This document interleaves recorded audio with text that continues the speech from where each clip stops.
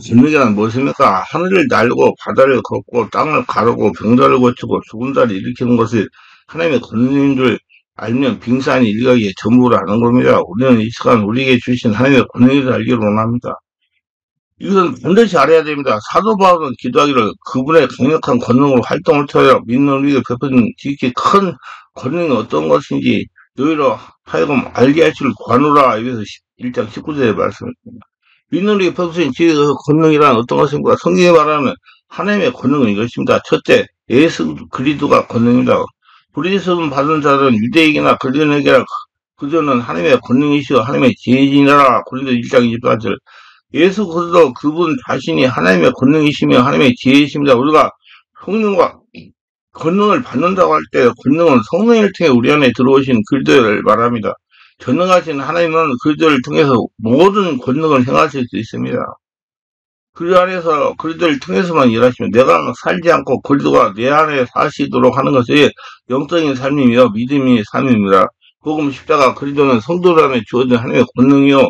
이 권능이야말로 사망을 이기고 죄를 이기고 욕심을 이기고 육신을 이기고 세상을 이기고 마귀를 이기는 것들입니다.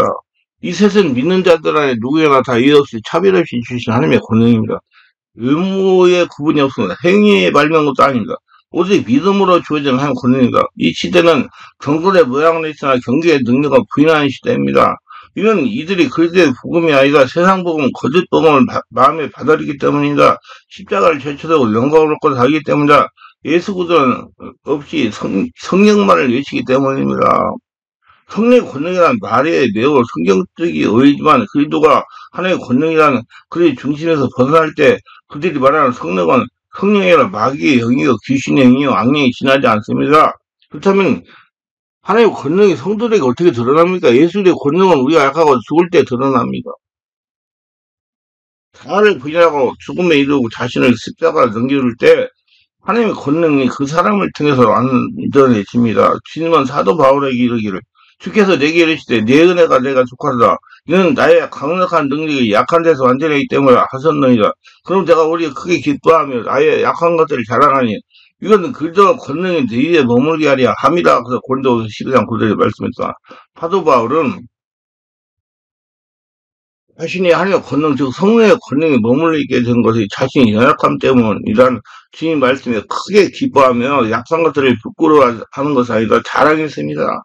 약하니까 하나님 찾으니까 하나님의 권능이 저한테 머물렀다는 얘기예요. 우리에게 주신 지극히 뛰어난 권능은 우리에게서 나는 것이 아닙니다. 우리 안에 계신 하나님, 우리 안에 계신 그리스도, 우리 안에 계신 성령님에게서 오는 겁니다. 그러나 우리가 이 보배를 즐기되 안에 가졌나니 이것은 뛰어난 권능이 하나님에서 나며 우리에게서 나지 아니하게 하려면 고린도서 4장 7절. 우리 안에는 전기가 있는 것이 아니라 전기를 일으키는 발전기가 있습니다. 우리 안에는 타오르는 불만 있는 것이 아니라 불을 일으키는 기름이 있습니다. 불 같은 말씀이 있습니다. 권능이 없다면 성경 말씀은 그냥 말장난에 불과합니다. 내가 아무리 성경을 읽려도 권능으로 임하지 않을 때 약간의 감마 감동도 주지 못하고 삶을 바꿔주지도 못합니다. 성경에 있던 설교를 듣던 그냥 읽고 듣는 것이 전부입니다. 복음을 전하는 성도 마찬가지입니다. 말을 전할 때 말의 지혜로 전한 것이 아니라 권능으로 전해야 됩니다. 살아있는 생명의 말씀. 사도들을 선포할 때 어떻게 전했는가 보셨죠? 사도들이 큰 권능으로 예수님 부활을 증거하며 그 은혜가 그들 모두에게 임하니라. 사도행전 4장 33절 권능으로 선포했습니다. 다시 말이 지혜나 옹고야 논리적으로 전한 것이 아닙니다. 이는 사도 바울도 마찬가지예요. 나의 말과 나의 복음 선포는 사람의 지혜 유혹하려 말로 한 것이 아니요 오직 성령과 권능 실증함으로 한 것이니 이것은 너희 믿음이 사람의 지혜 있지 아니하리요 오직 하나님의 권능에 있게 하려 함이라고 고린도서 2장 4, 5절에 우리는 말이 아니라 성령과 권능을 실장으로 전해야 됩니다. 이것이 핵심이다. 사도 바울의 전도사역을 보세요. 능력 있는 표적과 이적을 통해 하나님의 영의 권능으로 이루신 것이니 이로써 내가 예루살렘부터 일루리고는 금방에 이르기까지 그리스도의 복음을 충만히 선포하노라고 고린도 로마서 15장 19절. 이 성령의 권능을 통해서 복음이 전해졌을 때 들은 사람들은 2차적 증거나 표적을 필요하지 않았습니다. 마음에 들은 복음의 권능이 얼마나 컸던지 이들은 믿기 위해서 어떤 변증이나 설계나 논리를 필요하지 않았습니다. 이런 권능이 없을 때 사람들의 믿음은 사산조각에 불과하기 때문에 여러 각각 지혜의 말이 필요하고 사람들의 말과 증거를 요구하는 겁니다. 그렇게 해도 확신을 하지 못합니다. 그러나 성령의 권능으로 임한 복음은 누구나 반박이나 반대나 박해를 받아도 굳게 이겨나갑니다. 사람의 말이나 논리에 대한 복음은 다른 사람의 말로 반박이 될 수가 없고 자기 확신의 자기 상태에 따라 변화될 수가 있는 것입니다. 그러나 성령의 권능으로 임한 진리는 외적인 그 모든 흔들림을 바꿀 수 없습니다. 우리는 성령의 권능에 대해 간구하고 구해야 됩니다. 이건 구하는 자에게 주시는 은혜입니다. 사도 바울이 말하기를 이는 하나님의 왕국에 말이 있지 않고 오히려 권능이기 때문이라 고린도 4장 20절. 우리는 말로 임한 복음이 아니라 권능으로 임한 복음으로 구원받았습니다. 누구나 말로 복음을 전하는 일은 견해에 불과하지만 권능으로 전하는 복음은 구원에 이르게 합니다. 성경은 말합니다. 복음 선포는 성령과 권능으로 이루어지는 것입니다. 말로 된다면 좋겠지만 그렇게 되지 않습니다. 성령을 받는 것과 권능을 받는 것은 약간의 차이가 있습니다.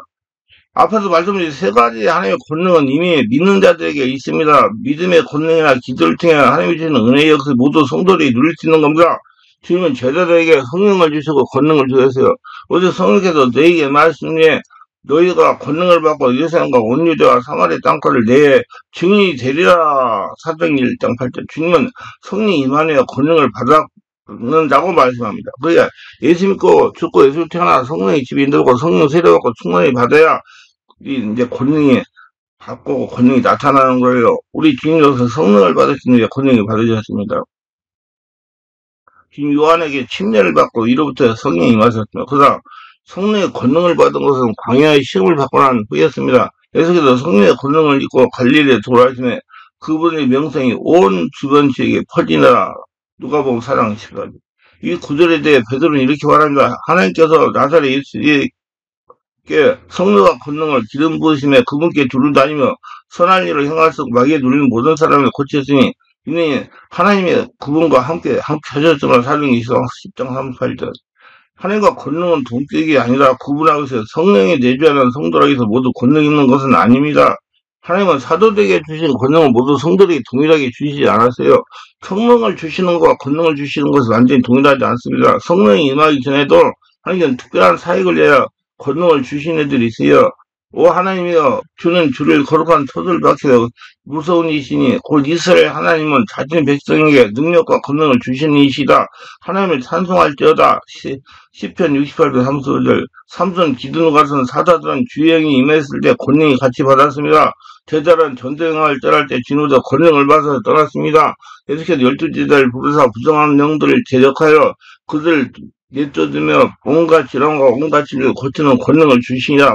마태복음 10장 제자들이 받은 권능은 특별한 것이었어요. 이들은 주님보다 성경을 받아 떠난 것이 아니라 권능을 받아 떠나서 지금 세계 외국에 선교 나가는 분들 참 안타까워요. 성령의 권능을 가지고 성령의 선교를 하는 거거든요. 이들이 받은 권능은 부정하는 것을 제적하여 내쫓는 권능, 온갖 질환과 온갖 질병을 고치는 권능이었어요. 누가복음에는 이렇게 기록합니다. 보라 내가 너희에게 뱀과 성갈 밤에 원세 모든 능력을 제압할 권능을 줬으니 어떤 방법으로도 너희를 해칠 자가 전혀 없느니라. 누가복음 10장 19절. 이들이 성령을 받은 것이 아니라 이들은 권능을 받아서 권능. 그들은 후에 오순절 성령을 받고 다시 권능을 받아서 권능도 다양합니다. 믿을 때 누구나 받는 것은 권능이 무엇입니까? 하나님의 아들이 되는 권능입니다. 성령을 받았다는 것은 하나님의 아들 되는 권능을 받은 것입니다. 그분을 영접하는 자, 그분의 이름을 믿는 자리에는 자 하나님의 아들 되는 권능을 주셨으니 이후에 부활의 권능이 있고 부활하게 되면 민족들을 다스릴 권능을 받아 왕과 제사장이 됩니다. 성령을 받은 것은 예수를 믿음으로 되는 것이며 성도들에게 예외 없이 자동으로 주어지는 것이며 차별 없이 믿습니다. 성령 예수를 믿고 후에 따로 받는 것이 아닙니다. 성도가 성령을 달라고 외치는 것은 참으로 황당한 기도입니다. 믿는 자 안에서 성령이 거하고 있기 때문에. 그러나 성령의 지혜, 성령의 권능, 성령 충만을 달라는 것은 얼마든지 가능합니다. 우리는 매 순간 성령의 지혜와 권능을 얻고 충만해질 필요가 있기 때문에 성도들은 주의 사역을 해 따로 성령의 권능을 주시기를 구할 수 있습니다. 우리가 하나님 일을 하기 위해서는 성령이 필요한 것이 아니라 성령으로 충만해질 필요가 있고 사역을 감당하기 위한 권능을 필요하기 때문에 구해야 됩니다. 그리고 또 사역을 주시면 각자 할 수 있는 사명에 따라 권능을 주십니다, 은사를. 우리는 성경을 통해 하나님의 권능, 주의 권능, 그리의 권능, 성령의 권능이라는 말을 계속해서 볼 수 있습니다. 주님은 하나님의 보좌 앞에 앉아 계시는데 성경은 권능의 오른편에 앉아 계시다고 말합니다. 저는 본반 성경에 믿을 때 성령을 받은 자와 같은 질문을 하지 않습니다. 그러나 성령으로 충만한가 성령의 권능을 소유하는가 묻습니다. 오늘날 많은 교회에서 이 진리를 가리고 있으나 무지로 인해 부정적인 경우도 있고 유도적으로 무시하는 경우도 있으나 믿는 순간 성령을 받은 것이 전부이고 그 다음은 없다고 설득이 믿기 때문이다. 특히 우슬교회들, 은사주의자들 폐해를 폭격한 근본주의 교회들이 더욱 그러합니다. 믿음의 안수나 기도나 부가적인 문을 통해 성령을 받아야 한다고 주장하는 교리도 황당하지만 많은 성도들이 권능을 받기를 구하고 기도해야 한다 사실을 무시하는 것도 잘못입니다. 저는 그들을 믿는 지 벌써 30년, 한 40년이 다 돼가지만 성령의 권능이 부족하다는 사실을 절감합니다.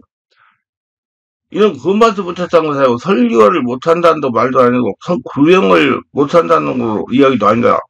그러나 분명한 것은 이전까지 저는 이런 진리를 그다지 심도 있게 생각해보지 않았고 성령의 권능을 받지 못했다는 것을 알았습니다. 그래서 저는 목회를 시작하면서 저와 이 교회 성도들에게 성령의 권능이 강력하게 임해 주시기를 기도하고 있습니다. 그래서 성령 권능을 받아서 성령으로 영적 세계를 지배하시기 바랍니다.